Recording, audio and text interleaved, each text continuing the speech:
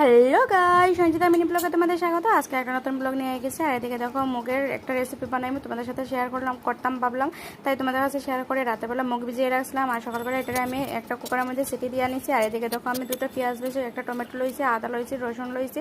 আর তারপর এটা কুচি কুচি করে কাটিয়ে আর আদা রসুনটারে আমি থেতলে নিয়েছি। আর এদিকে একটা শুকনো মরিচ, একটা তেজপাতা, আর এদিকে দারচিনি, এলাচ লইছি।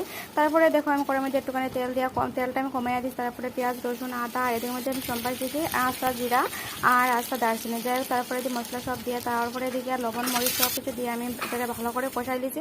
কষানোর পরে আমি দেখো মুগটারে দিলাইছি। মুগটা দেওয়ার পরে এটাকে আমি ভালো করে আবার একটুখানি কষাইছি। আর এদিকে দেখো কাঁচা মরিচটাও দিলাইছি।